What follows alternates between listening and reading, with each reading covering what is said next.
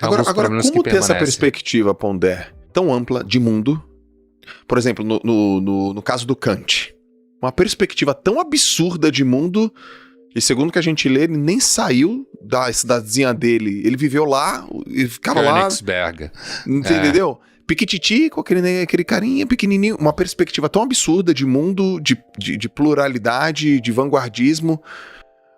Onde que vem essa estrutura de pensamento? É através de pergunta, através de leitura, é uma habilidade natural? Por exemplo, é uma predisposição, é um talento? Porque eu tô te construindo essa pergunta, porque eu que fiquei pensando. O que classifica um filósofo? O que classifica um professor de filosofia? Um professor de filosofia tem que ser um filósofo? Um filósofo precisa ser um professor de filosofia? São coisas similares? Nada a ver. Porque eu cresci vendo o meu pai me falar isso. Meu pai, negro, foi até o segundo colegial, nordestino, pobre pra caramba, mas eu via meu pai lendo. Eu via lendo. E eu tinha, sei lá, uns 10 anos de idade, e ele fala assim: Joel, você precisa saber perguntar por que o mundo existe, você precisa saber perguntar por que as coisas são desse jeito. Eu achava horrível, cara. Eu falava, sabe, Pondé, cara, o que meu pai tá falando? Cara chato. Ele abriu um jornal, aquele negócio daquele tamanho, cruzava a perna. Eu falei, o que tem de legal aí? Aí ele tinha umas coleções, sei lá, Martin Luther King, Madre Teresa de Calcutá, Maomé, Agatha Christie. Eu falei, cara, o que esse cara tá fazendo? Só que hoje eu vejo a robustez e a envergadura dele. Por isso que eu comecei falando da questão da saudade.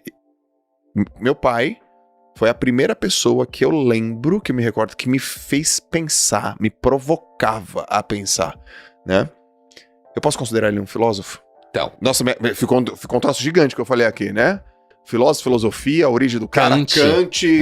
Eu joguei tudo aqui, mas tá bom. Então, você pode dizer que seu pai tinha inquietações filosóficas. Até você pode dizer que se ele estivesse em Atenas, ele podia ser um filósofo, porque não existia diploma. Certo? O que aconteceu é que a filosofia, como todas as áreas de conhecimento, elas acabaram sendo normatizadas. Beleza. Isso acontece no século XIX. Apesar de que tem professores de filosofia na Idade Média, e você tinha que defender aquilo que a gente chamaria tese hoje, né? Doutorado, que a gente chama hoje. Então, para ser doutor em teologia sacra, que na realidade era teologia e filosofia, Oxford, Sorbonne, Salamanca, Bolonha, na Itália, as primeiras universidades europeias. Mas a partir do século XIX, o ensino da filosofia começou a ser normatizado. Então, você estudava filosofia e daí você dava aula de filosofia. Então começou aquilo que a gente conhece hoje, né? Schopenhauer vai criticar muito isso, inclusive. E aí surge a profissão de filósofo. Remunerada, sistematizada. Professor pago que tem alunos e cumpre uma certa liturgia institucional, que dá aula não sei aonde, dá aula não sei aonde, troca de emprego, né?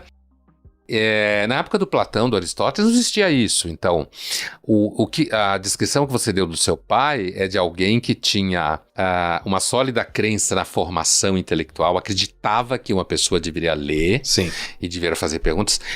O meu pai, ele falava para mim uma coisa, para mim e para minhas duas irmãs, ele falava que quando duas pessoas inteligentes se encontram, a pergunta que uma faz para a outra é: que livro você está lendo?